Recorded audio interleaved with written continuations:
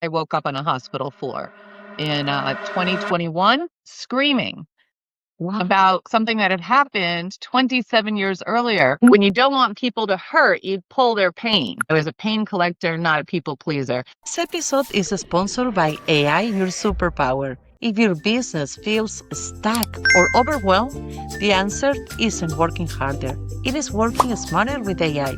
Take our free personalized assessment, the AI Opportunity Finder, and discover exactly how AI can save you time, boost profits, and simplify your operations. Plus, get our exclusive AI toolkit to help you start fast. Visit start.aiyoursuperpower.com to find your best AI opportunities and book your free discovery call.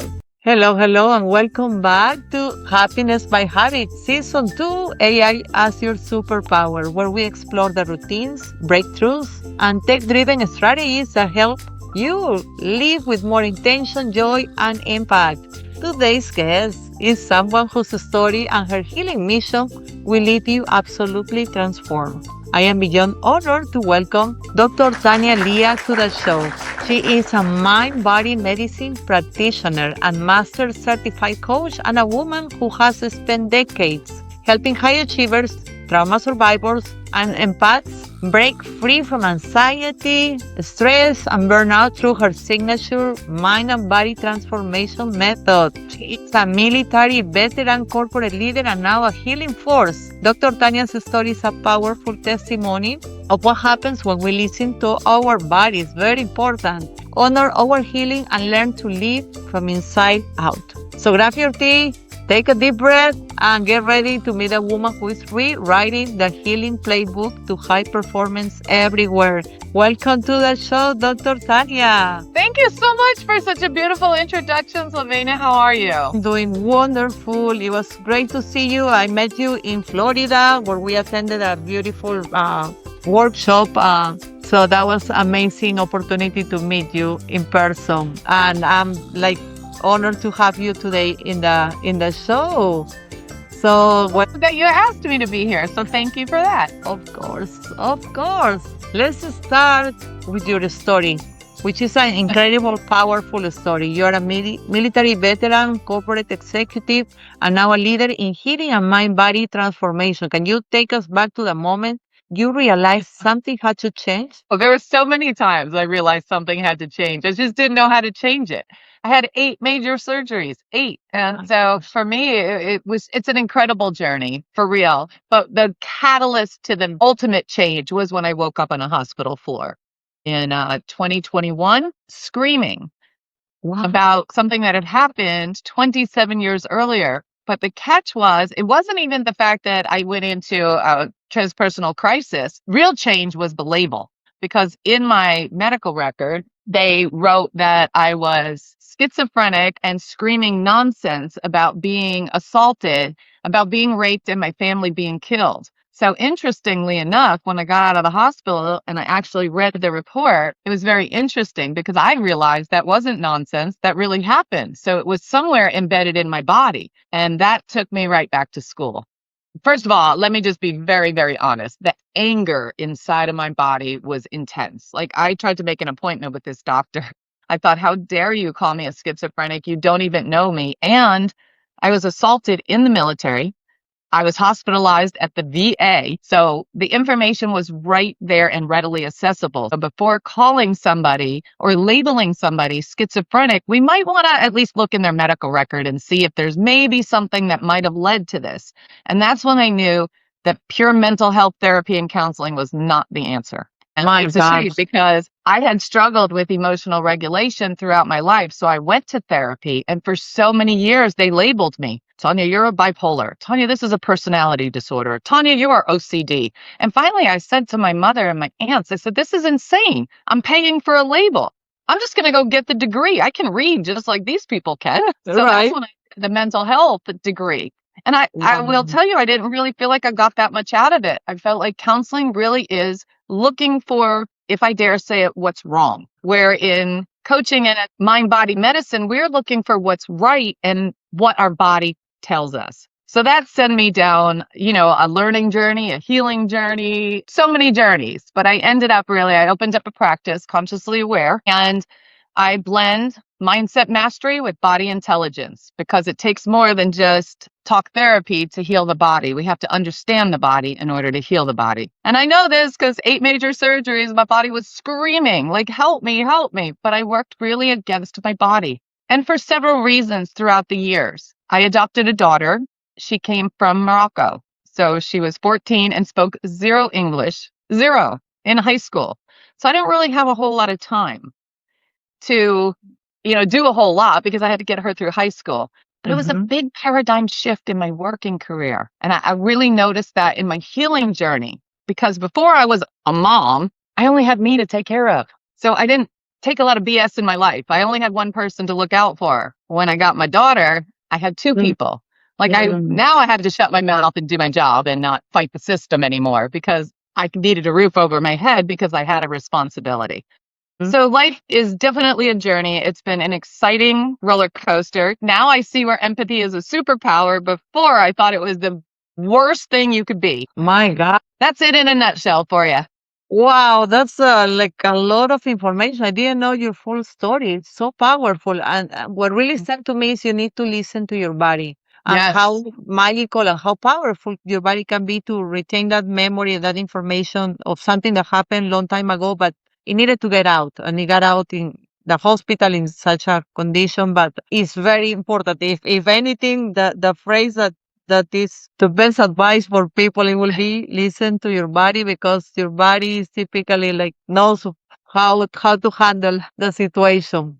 My gosh. Yes. The body is so powerful and so complex. I worked in technology as a project manager in the project management realm in technology in several different industries throughout my life and career. And I thought technology was just so complex and the intricacies of the cloud and the data and the transfers, and it was so complex.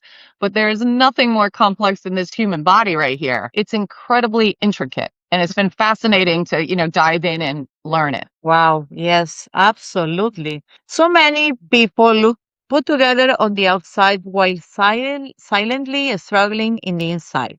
What do you want high achievers and empaths to know about what's really going on underneath the surface? It's a survival function. It really is. When we want something, the surrender is very, very challenging, is sitting back and really just allowing the universe. I always say the universe. Some people will say God. I like the whole universe. However you formulate it, it really comes down to a belief in a higher power, which is a belief really in yourself. That's how I look at it. So that's what I teach, is to take it inward, learn how to love yourself and put yourself first in a non-selfish way, because a lot of people will put themselves first and then it's deemed as selfish. It's always a fine line. That's why I don't like blanket advice, because we are all individuals. What's good for Silvana is not good for Tanya. So many people tell me, Tanya, drink milk. Well, I'm lactose intolerant, so that's probably not going to be the healthiest thing. So what's good for one is not good for the other. And that's why individual, personalized planning is, for me, it was the answer, because group therapy never really worked for me. And I will say therapy, I just felt like I was going into the doctor and I was like walking out. I never felt better. I would call my mom and I would just be crying. And I'm thinking to myself, they just called me OCD. They have their trash can overflow. Like now me, the judgy one, is now like, and their files are not organized and their trash is overflowing. So I wasn't able to get anything out of the therapy because I was so busy living in survival, if that makes sense. Yeah. And I think a lot of people live there without the recognition. So, and it's more than talk therapy. I do a lot of mirror therapy. I do a lot of emotional tapping, emotional freedom, just ways to get it from the body and put the body into a parasympathetic state. Wow. Let's talk about that. You created a mind-body transformational method. Can you walk us through what makes this work so different from the traditional coaching or therapy? Well, I have a few programs. I actually partnered with Coco, who I went to school with, and for bioenergetics. So we are doing mindset mastery and body intelligence, and we're just going to run a 12-month program between the two of us. However, we also did, which I'm very excited to announce that's opening this year, is the Aware community. And I'll walk you through that. So awareness, that was my signature methodology that I've used in coaching for the last few years. And that is, aware of what we're doing, assess, work inward, align, reframe, and empower. It sounds so simplistic, but the work inward, that we dive into our inner child, we get to know ourselves. That's really where we do the work. And then once we do that work, we have to realign our new belief system into our current lifestyle. And so then once we reframe the entire package, you're empowered, but you have an accountability. I always say it's hard to deep dive to the bottom of the ocean without support, and it's just as hard to climb the mountain. So that's what we do. We dive and we climb. Emotional mastery and body intelligence. And it's a combination of the two. I see a lot of mindset, but if we don't understand the body, we're only changing our logical mind, and that's only 5 to 7%. Not really a big change. That makes total sense. At a subconscious level, then we're looking at, 92 to 93% of our mind. Wow, yes, because the first step to fix a problem is to be aware of it, right? So definitely I can see the value. And we live very unconsciously aware. When we do things that we do not know why we're doing it, then we're not doing it with intention. And then we have to ask ourselves, is this coming from our subconscious, or is this something we consciously want to do? And that's all part of the inner work, is living with an intention. Absolutely. That's very, very important. Speaking of subconscious, how does subconscious reprogramming and belief work help people shift from survival mode into thriving mode? Well, it's a reprogramming of the neural network. So it doesn't happen overnight. It's those mini shifts. Literally something as simple, when we go, we're like, I have to go to the grocery store. I have to. Micro, nano changes. I get to. Neuro-linguistic programming, you make those minor changes. And then I've done body code and emotion code and psyche. So there's whole brain body positions, and we go through the limiting belief, and then we empower it. So we do it through a lot of muscle testing. Like, I am confident. If you are, then your body would hold strong. If you do not believe that at a subconscious level, your body will release. And so we basically rewire the body that way. We take the unlimiting belief, make it a limiting belief, and then do whole brain body positions to feed the neural network, for lack of a better term, and make the shift. And then we empower the shift afterwards, through accountability and love. I have to throw that in there because it sounds cheesy, but love is truly the answer to almost anything.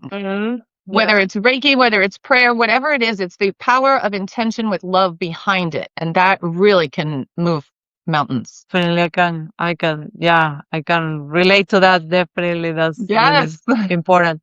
Yes, Tanya, you have overcome incredible personal trauma and still lead with compassion and clarity. What's your why? What keeps you going? My why is a person doesn't have to go through what I went through. My why is very, very simple. After the assault, my mother said, she was sitting in the kitchen, and I can finally say this without tears, but she was in the kitchen and she said, I wish it was me and not my daughter. And that was such a pivotal changing point for me in my life, because people use the term people pleaser. I never looked at it like that. I looked at it as pain collector. So when you don't want people to hurt, you pull their pain. And it can be seen as people pleasing, but that was not my intention. My intention was to pull the pain. So I always said I was a pain collector, not a people pleaser. But it shows both ways, because I could go the extra mile if I felt somebody needed it or was in pain. Wow, pain collector. And I guess, as your mom said it, it might be something that happens more to moms, like in the sense of we try to collect the pain from our kids so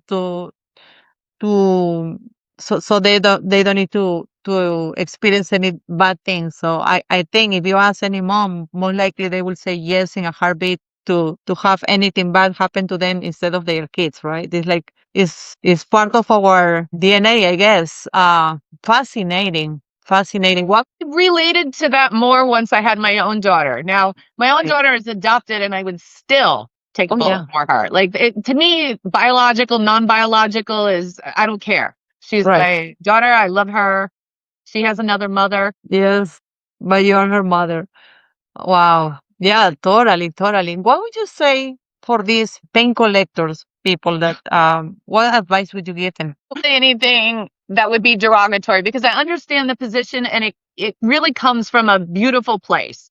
It really does. Their hearts are beautiful. They want the best for themselves and others. And it's just an understanding. For me, it was a greater understanding. It wasn't a label because that just takes you down a rabbit hole. Because then you're researching what does it mean to be OCD and obsessive and all these things when I could have been researching how to rewire my neural network and move to the power of positive. And by pain collecting through the years, yes, it was painful, but at points it was also harmonious. When you can really see the transformation of people and how they go, they'll walk into my office and cry until their faces are in a trash can and they're vomiting. And I used to be there, so I recognize it.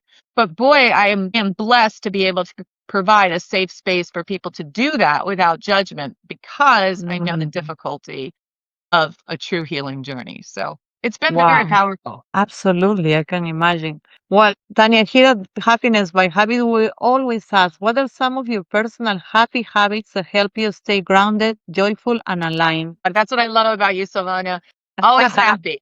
You know, I walk a lot in nature. I work out. I eat healthy. I meditate. That was a big life changer for me because I never felt like my prayers were answered. So I'm unique in that. So meditation opens up the world for me.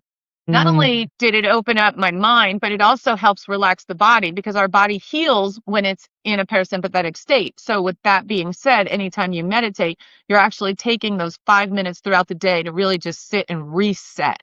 And once I learned how to do that, it changed a lot for me. That and muscle testing, because I had a problem with muscle testing. Most overthinkers struggle with muscle testing because you have to be a clear conduit, and that was challenging. So you'll love this. My teacher told me, Tanya, we just have to unlearn you. I learned other methods before. He told me, he said, Tanya, wherever you go, he said, see a wall? This wall is yellow. Okay, yes, it is. This wall is white. No, it's not. And I just muscle tested everything for over 2 years, like a nut job. But I got it down pat. So now, it's the go-to because it's really how the body communicates. God, and I bet it took you double the effort to unlearn something that as opposed to just learn a new thing. Is definitely takes more effort, and you were committed to do it. So that's great. Kudos to you. This is interesting too. So I want to share this because it's one thing to read a book. It's another to take a course and get certificates. But what I learned as someone who's collected certifications for 50 years, that really doesn't matter if you don't do the work to apply it. Yeah. And that was a harsh lesson for me too, because I was like, here I am going to see a therapist with a mental health degree and thinking something now is really wrong with me. But at the same point, it's the journey. And when we can look for what is right and focus there, because most of us are trained to think what is going to go wrong. Anytime we do a plan, what could go wrong? That's what we look for, the risks. But I say what can go right. That's the way to do it because you're programming your mind, and then when you start looking at the cup half full, is really things happen. I mean, the way you see things change, and the way things happen actually because you're focusing on the good things, and really they enlarge, they increase when it happens. A lot of joy from my clients. They bring me so much joy. They really do. I'm watching other people transform is just as powerful as watching myself. So And also it shows because you're doing something you love and you are just seeing the results. So it makes a big difference. And I wanted to point out that the workout, the meditation, the work you're doing on your body, it shows because you're looking fabulous. So I gotta say that. thank you. Also, yes. Let's talk about a little bit.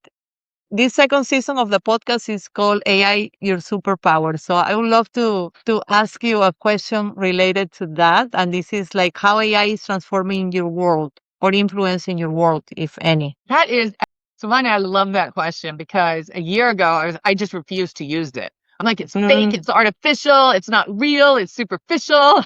Like I really talk about opinions. But then obviously it's here. It's a necessity. It's almost like forced down our throats and we have to use it. And some great things because I don't really love making videos and all of that stuff that's required for promotion. I do find a lot of it to be a little fake. You can tell, but it's also a necessity. Yes, necessity. I have not been, my heartbeat and my passion is people and learning the body. So if I have an opportunity to read a book or play around with AI, I'm normally the one that defaults this way, but I do Right. see power in it. But I also, this is important to know because you handle AI, and that's what I love. I can default it to the experts. When we try to take on too much, especially as business owners, that's a sure recipe to send us right under again. For me, I'm like, AI is just as overwhelming as learning the human body. Our brain can only do so much. So I trust beautiful people like you in the AI world. That's right. Yes, that makes sense. And it's just something that we need to be aware that is happening, is here, and we need to incorporate it somehow in our lives because it's definitely can be a superpower. And if we don't use it, then we are gonna miss out. But yeah, I totally get it. What your point? But I have a question for you as an Yes, AI, sure. really, Mm-hmm. really a warrior in your field. Do you feel that it loses authenticity? I feel like as soon as I get a message from somebody that I know it wasn't written by them because I know them. So I know their heart, I know their warmth, and it just comes across as very generic. I'm sure you can program it. Right. That is the idea. Like you said something earlier, that depend is very we need to be very intentional on how we use the tool because it's basically a tool, no? If we can use it for good, we can use it for bad.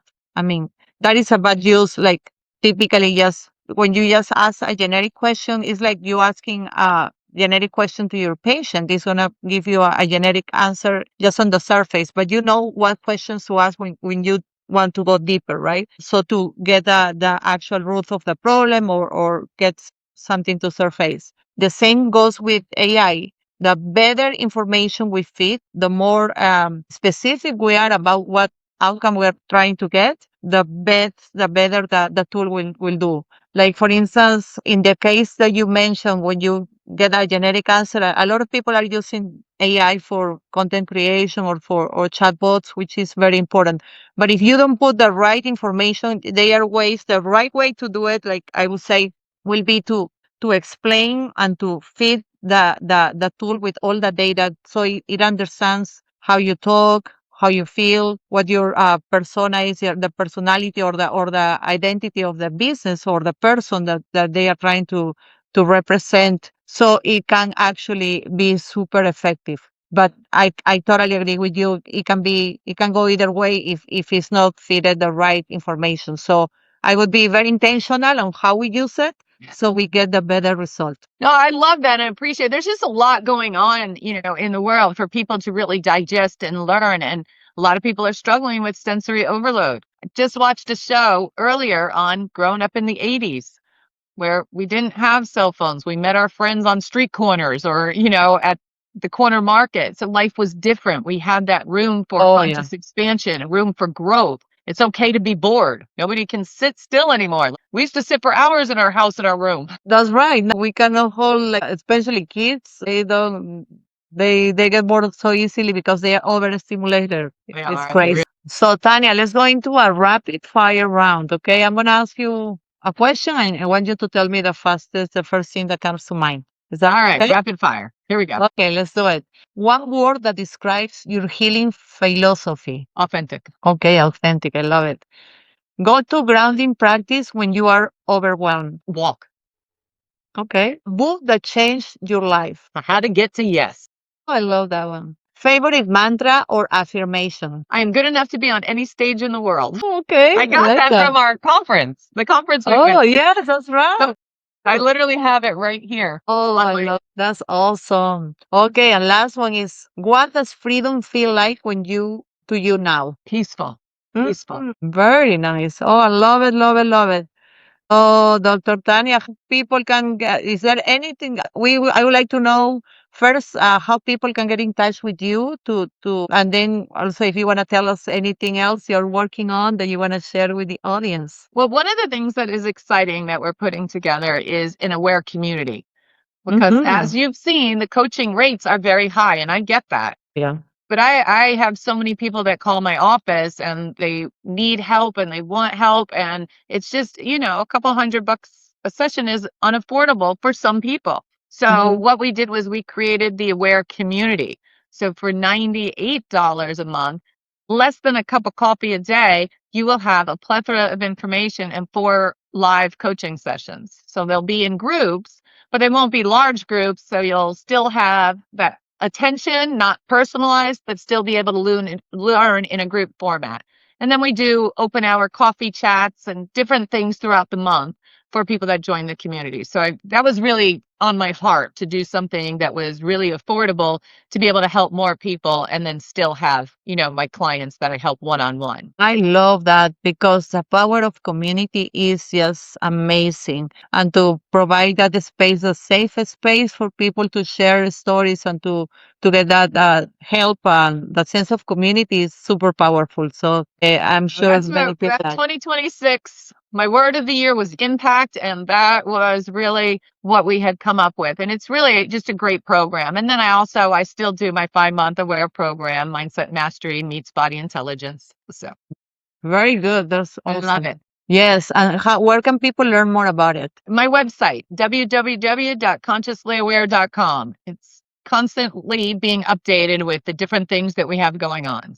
Okay, wonderful. We'll make sure to put that link here at the end of the chapter of the episode so people can visit your website. Thank you so much for this time that you took to meet with us. I really enjoyed it.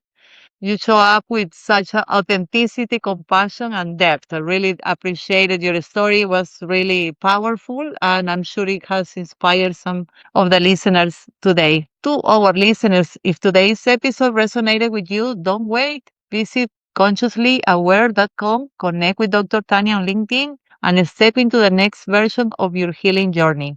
This is Happiness by Habits, Season 2, AI, Your Superpower, where healing meets impact and transformation becomes sustainable. I'm your host, Silvana Pimentel, reminding you that you are not broken. You are just ready for something deeper. Until next time, heal well, live boldly, and live with joy. Bye bye.